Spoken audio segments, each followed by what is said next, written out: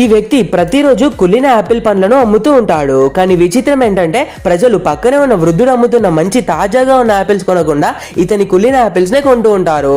ఆ వృద్ధుడు చాలా మంచివాడు. అతను ఒక చిన్న పిల్లవాడికి ఉచితంగా యాపిల్ కూడా ఇస్తాడు. దూరంగా ఉన్న ఆ కుళ్ళిన యాపిల్స్ అమ్మేవాడు ఇది చూసి అసూయపడతాడు. వెంటనే తన యాపిల్ ధర తగ్గిస్తాడు. అతను కుళ్ళిన యాపిల్స్ ఉన్న వైపును మార్చేసి వాటిపై నీళ్లు చల్లుతాడు. దాంతో జనాలు పరుగున వచ్చి అతని దగ్గర యాపిల్స్ కొంటారు. సాయంత్రం ఆ మనిషి తన డబ్బు లెక్క పెట్టుకొని దాన్ని తన నడుముకు గట్టిగా కట్టుకుంటాడు. వాళ్ళిద్దరూ ఇంటికి వెళ్ళడానికి ఒక నది దాటాలి. కానీ పడవ చార్జ్ చాలా ఎక్కువ ఉండడంతో వాళ్ళిద్దరూ పడవను షేర్ చేసుకుంటారు. ఇంతలో అకస్మాత్తుగా ఒక తుఫాన్ వస్తుంది. వాళ్ళ పడవ బోల్తా పడి ఆ ముగ్గురు, వృద్ధుడు, కుళ్ళిన యాపిల్స్ అమ్మే మనిషి, పడవ నడిపే వ్యక్తి నదిలో పడిపోతారు. ఆ వృద్ధుడు ఈదలేకపోవడంతో తన నడుముకు కట్టుకున్న డబ్బు సంచిని వెంటనే విప్పేస్తాడు. కానీ ఆ మనిషి వృద్ధుడి డబ్బును తీసుకోవడానికి కిందకు వెళ్తాడు. ఆ డబ్బు సంచి చాలా బరువుగా ఉండడం వలన అతను గాలి పీల్చడానికి పైకి రాలేకపోతాడు.